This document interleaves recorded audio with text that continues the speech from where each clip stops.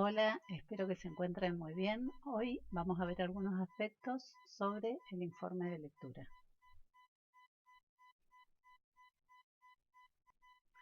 Es importante destacar que en esta simulación enunciativa el estudiante hace de cuenta que es un experto en la materia que se está tratando y el profesor a su vez hace de cuenta que desconoce totalmente el tema. Entonces, tiene que haber un esfuerzo en el detalle, claridad en el escrito, eh, porque si no, el destinatario no entendería de qué se está hablando, ¿sí? La escritura exige precisión, exige respeto por todas las reglas gramaticales, por la ortografía. Además, este género tiene una macroestructura, un esqueleto determinado al cual el estudiante debe ajustarse. Esta estructura, la propuesta desde la cátedra es carátula, índice, introducción, desarrollo, conclusión y bibliografía. Esto de la carátula lo elegimos por el hecho de que da la posibilidad de incluir paratextos, de poder incluir un título de fantasía, de ver cómo juega la estructura del tipo de tipografía o tipo de letra que le llaman en la carátula. Eh, Sobre esto es importante decir que cuando nosotros vamos a poner los nombres, ya sea del profesor o de quien escribe el informe de lectura, si lo hacemos en el orden correspondiente a nombre y apellido, se coloca directamente. Por ejemplo, en mi caso pondría Adriana Ortiz Villalobos. Pero si yo elijo poner el apellido primero, este va a ir separado por una coma del nombre. Entonces voy a poner Ortiz Villalobos, coma, Adriana. En el caso de que los autores del trabajo sean varios y elijo esta forma de escribir, voy a poner Ortiz Villalobos, Adriana, punto y coma, Gómez, Darío, por ejemplo. ¿Sí? No puedo utilizar las comas porque quedarían en la misma jerarquía y esto tornaría confuso. Es un error muy común. Respecto del índice, se coloca cuando es muy extenso el escrito, entonces necesita subdividirse en apartados. Introducción, desarrollo y conclusión lo utilizamos sobre todo porque en primer año ustedes se están familiarizando con el género y de esta manera queda bien delimitada cada una de las partes. Si no, ustedes pueden encontrar informes de lectura en los cuales no están explicitados, o sea, no están los títulos, introducción, desarrollo o conclusión, pero cuando uno lee ese texto se da cuenta con claridad por el contenido que tiene cada uno de los fragmentos que se trata en un caso de la introducción, en el otro del desarrollo y por último de la conclusión.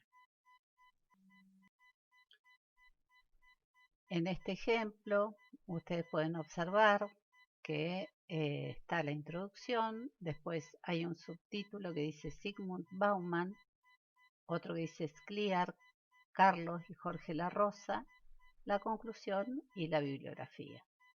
Bueno, en este caso, este informe de lectura obedecía a una consigna en la cual había que leer algún texto literario propuesto y hacer los cruces correspondientes con el material teórico de Zygmunt Bauman y de Sclier y de La Rosa. Y como quien lo escribió consideró que era más fácil clarificar en vez de ir mezclando todas las temáticas, hacer primero el análisis a la luz de lo que dice Zygmunt Bauman y después a la luz de lo que dice Sclier y La Rosa. Y por eso decidió hacer esta subdivisión. Podría además haber agregado otros subtítulos, por ejemplo, la otredad, la educación dentro de cada uno de estos títulos que planteó. ¿Sí? No eligió hacerlo, pero cuando se trata de un texto de considerable extensión, entonces se puede hacer. En este caso no era tan necesario, porque si ustedes observan, tiene solamente 6 páginas, pero como nosotros habíamos explicado este tema de que se podía colocar un índice, el autor decidió colocarlo. Por último, sobre este apartado, si uno piensa desarrollar las ideas, ya vamos a ver que uno tiene que hacer previamente una especie de planificación del texto.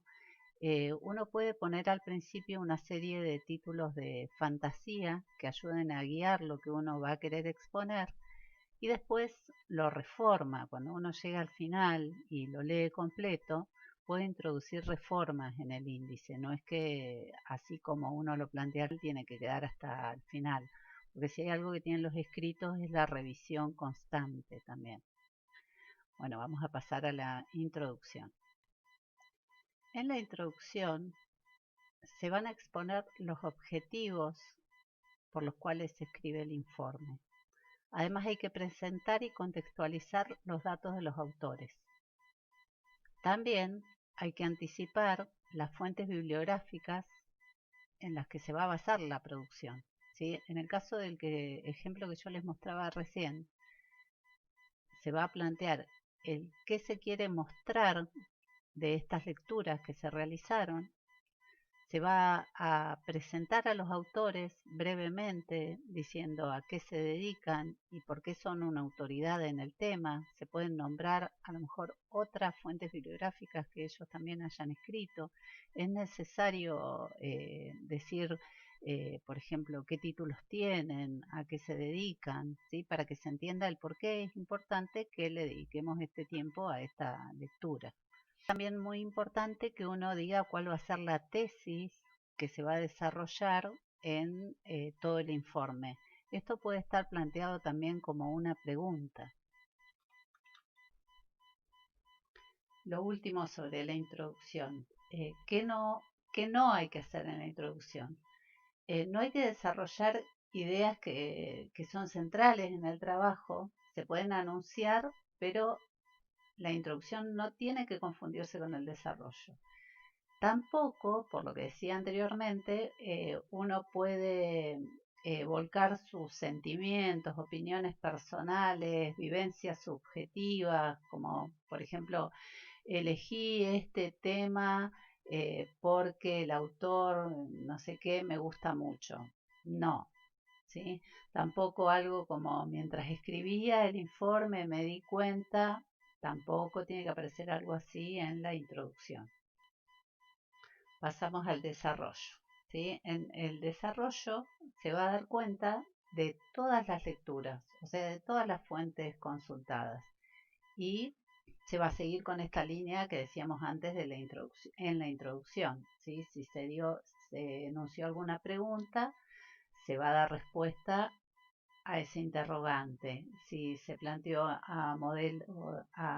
como una tesis, entonces se va a desarrollar esa problemática. En el cuerpo textual tiene que explayarse el autor de modo de dar cuenta que entendió lo que leía, o sea que esto no es un copia y pega, sino que uno puede, por ejemplo, poner alguna cita, pero esa cita debe ser parafraseada. Uno tiene que demostrar que lo leyó, y no solo que lo leyó, sino que además lo entendió, ¿sí? Por eso acá se habla de apropiación conceptual. Es muy importante que en todo el escrito haya coherencia global y además que haya cohesión entre párrafos. ¿De qué se habla en este caso? Coherencia global es que la temática desde el principio hasta el final sea desarrollada a través de un eje conductor. y va a haber cohesión cuando cada una de las partes del texto se conecta lógicamente con la que sigue.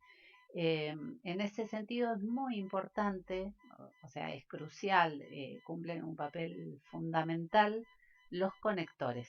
¿Sí? Los conectores van a permitir que se articulen las diferentes oraciones y los párrafos. Hay conectores lógicos, conectores temporales, uno puede decir en primer lugar, en segundo lugar, en tercero y último lugar, por ejemplo, ¿sí? Mientras va desarrollando. Eh, También otra de las formas que ayudan a que haya coherencia son las recapitulaciones. Esto quiere decir que mientras va avanzando uno puede decir en el primer apartado se dijo tal y tal cosa, retomando, ¿sí? También puede haber algunas referencias internas, como dije al comienzo, como acabo de expresar, ¿sí? Son algunas. Sí, se trata, puede ser anafórica o catafórica, ¿sí? Anafórica si hace referencia a algo anterior, o catafórica si hace referencia a algo que va a seguir. Entonces también puedo poner algo como veremos más adelante, ¿sí? Como se explicará luego. Eh, o sea, tenemos un montón de maneras de ir dando coherencia a todo el texto. Algunos otros conectores son además, también, asimismo, tampoco. En el caso de asimismo es una sola palabra y no lleva tilde, ¿sí? Otros pueden ser sin embargo, no obstante, pero, en cambio, antes bien, en consecuencia, por lo tanto, por ende, entonces. Sobre el tema de las recapitulaciones, se pueden utilizar algunas como hasta aquí se ha mostrado, resta aún presentar, tal como mencionáramos en la introducción, nos proponemos, como dije anteriormente. Es muy importante también, si todas las fuentes están apuntando a un mismo tema, que las podamos relacionar y comparar, porque a veces se puede producir que coinciden en la opinión y otras veces que expresan lo contrario. Eh, entonces también esto tiene que ver con las formas en las cuales vamos a ir escribiendo, ¿sí? Las ideas que vamos a ir utilizando, y también se relaciona con qué clase de secuencia textual estoy utilizando. Si la secuencia textual es de tipo explicativo, va a aceptar, por ejemplo, además de textos que sean netamente referenciales, comparaciones o todas las estrategias que se corresponden a la secuencia explicativa. Llegando a la conclusión, en este apartado, eh, se, en el caso nuestro, ¿sí? Porque lo que se les va a pedir va a ser, como dije antes, un informe de lectura crítico. Lo que se hace es brevemente retomar lo que se dijo al comienzo. En este caso podría ser retomar las preguntas que se hicieron en la introducción, ya sean en forma directa o en forma indirecta, o retomar la tesis que se planteó al comienzo, y mostrar qué se ha respondido y cómo o por qué. Se puede hablar de que uno muestra al lector cómo se realizó el recorrido. Esto siempre brevemente, en uno o dos párrafos. También se puede dejar planteado algún nuevo interrogante a futuro, y cómo se podría llegar a resolverlo. Y por último, se puede mostrar en este escrito, en esta redacción de la conclusión o cierre, alguna opinión, ¿sí? La postura personal frente a todo lo que se ha tratado con anterioridad. Dentro de lo que no hay que hacer en la conclusión o en el cierre es, por ejemplo, agregar información nueva. No se puede, por ejemplo, agregar citas de fuentes que no hayan sido trabajadas o que no se relacionen con el trabajo. No se puede tampoco repetir toda la introducción para ir mostrando que paso a paso se fue contestando tal pregunta, tal otra, sino que esto tiene que hacerse de forma general. Bien, y llegamos al final ya, a la bibliografía. En la bibliografía es muy importante que se consignen, como ya se dijo antes, de manera completa y en orden alfabético, todas las fuentes consultadas para poder elaborar el informe, ya sean fichas de cátedra, material que habla acerca del género informe de lectura y también las fuentes bibliográficas específicas que se trabajaron y que propuso la cátedra. Esto lo hacemos bajo normas APA, porque si bien hay otras normas para citar, las que más se utilizan en general son las normas APA y tienen una página específica en la cual ustedes pueden hasta consultar las actualizaciones y se debe referenciar absolutamente todo. Como dije antes, se pueden referenciar y hay diferentes formas de hacerlo según sea un libro, si es un artículo de alguna revista, si es un artículo online, si se trata de un video, una producción virtual, por ejemplo, de YouTube. Pero está todo escrito de cómo hacerlo, ¿sí? Uno puede seguir la guía directamente e incluso en la página de normas APA hay un apartado en el cual uno puede colocar todos los datos y es como interactivo y lo que hace la página es darnos el final de cómo lo tendríamos que poner. Uno termina copiando y pegando lo que se elabora ahí en la página. Uno introduce los datos y la página nos da la cita, la referencia. Cuestiones a tener en cuenta, ¿sí? El registro que se debe utilizar en la producción de un informe debe ser formal. Por lo tanto, la selección que uno hace del vocabulario tiene que ser adecuada, pertinente y muy cuidada en ese sentido. ¿Por qué? Porque tiene que tener en cuenta el grado de asimetría o distancia que existe entre el enunciador y el enunciatario, ¿sí? Estamos hablando acá de los registros. También tener en cuenta que se trata de un género netamente explicativo. Entonces, siempre va a ser necesario tener en cuenta que existen dos segmentos textuales. Por un lado la pregunta y por otro lado la respuesta. Que si bien puede condensarse en por qué, porque, qué es esto, cabe decir que estas preguntas no siempre están formuladas en forma directa, sino que también pueden ser preguntas indirectas, pero siempre el texto explicativo se caracteriza por que se ha enunciado una pregunta y se le debe dar una respuesta. En el caso de la conclusión, también un aspecto para tener en cuenta es que tiene que quedar muy claro cuál era la tesis o la toma de posición personal, pero tiene que estar fundada en todo el objeto de análisis, ¿sí? Tiene que haber coherencia en ese sentido. Estamos hablando del informe de lectura crítico.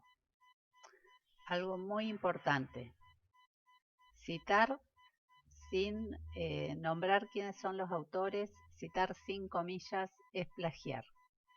Si uno quiere tomar un fragmento de lo que dice un autor, tiene que hacer una paráfrasis, ¿sí? La paráfrasis es decir con nuestras palabras lo que dice el autor y puede incluir además la cita.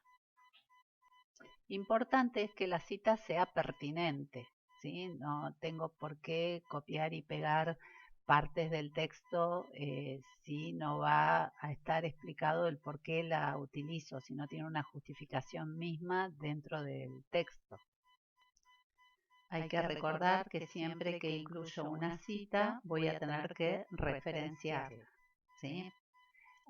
No es necesario que ponga toda la referencia bibliográfica cada vez que incluyo una cita, ¿sí? En este caso uno puede poner el apellido, el año y, por ejemplo, la página de la cual lo extrajo y poner la referencia completa en la bibliografía al final. Otro elemento paratextual que se puede incluir a veces son notas. ¿Cuál es el caso de una nota? A veces hacemos aclaraciones entre comas o aclaraciones entre paréntesis, pero cuando son muy extensas, es mejor directamente referenciar con el numerito, ¿sí? Referencia al pie, y abajo doy toda la explicación de por qué estoy utilizando este término, por qué elegí poner algo determinado. Es cuando se pone una nota al pie cuando quiero dar alguna explicación que es algo extensa y que interrumpiría la lectura si la coloco entre paréntesis o entre comas. Volviendo a las citas, es muy importante que la transcripción sea exacta, que no agreguemos ni una coma ni una letra de más, sí que sea exacta. Y si hay algo que nosotros querramos destacar dentro de esa cita que estamos introduciendo, lo subrayamos y colocamos entre paréntesis que el subrayado es del autor del escrito, ¿sí? Del informe de lectura. Se puede poner el subrayado es mío, si uno hablara en un registro informal, ¿sí? El subrayado es del autor del informe de lectura, por ejemplo. Otro aspecto importante es sobre el registro de la escritura, ¿sí? El estilo de la escritura que utiliza un informe de lectura. Yo podría empezar con un registro en primera persona. En este texto quiero mostrar que, pero lo más adecuado sería que desaparezca lo subjetivo. Entonces, lo mismo estaría enunciado como: en este escrito se busca demostrar que, ¿sí? De esta manera se borra el autor. Bueno, espero que este video les haya servido y cualquier duda pueden hacer sus consultas a través del foro que está creado a tal fin o escribirme al mail como vienen haciendo desde comienzo de año. Saludos.